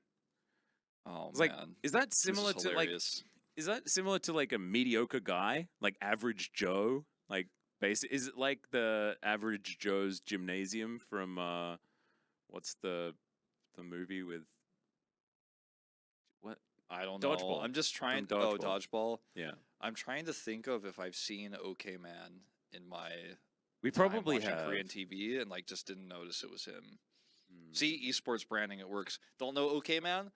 Sponsor Breon? Oh, I know OK Man now. Yeah, We all will. of the clicks, all of those clicks. It does mean that OK Bro becomes more difficult to really weave in if you've got OK Man Bro on the screen. But still, I think OK Bro is going to All I want is the OK Man mascot to actually come to LCK games and start cheering and running around. Mm-hmm. The fellow dressed like a carrot? Interesting. Okay. Espen Brink, you are really, really invested in mic stands. These are holding mics. You don't have mic not that stands for hard. these mics. Yeah. It's not how that one goes. And they're actually fine. I like mixing it up. We have headsets in the LCK, and now we have just regular held mics. And so it's good. Espen, why is it sad? You don't even have to hold it. Like, you can come here and hold our Yeah, it's mics okay. if you Like, really want to. we can actually handle it. Yeah, it's absolutely fine. Oh, I know this guy. Huh? From the OK Man Volleyball Club? Well, Wait, no, that's just is a that the same? carrot. Is that the same brand though? I actually don't know. I think it is, but I mean, he does look like a carrot. We've got to stop comments, but I think oh, okay, I got know to the bottom exactly of who it. it is. Okay, this is a meme. All right, I'm ready. I'm ready for Breon's first games this week. Okay, man. All right, and we're ready to say goodnight, but we'll see you tomorrow for some more Challenger. Good night, everyone.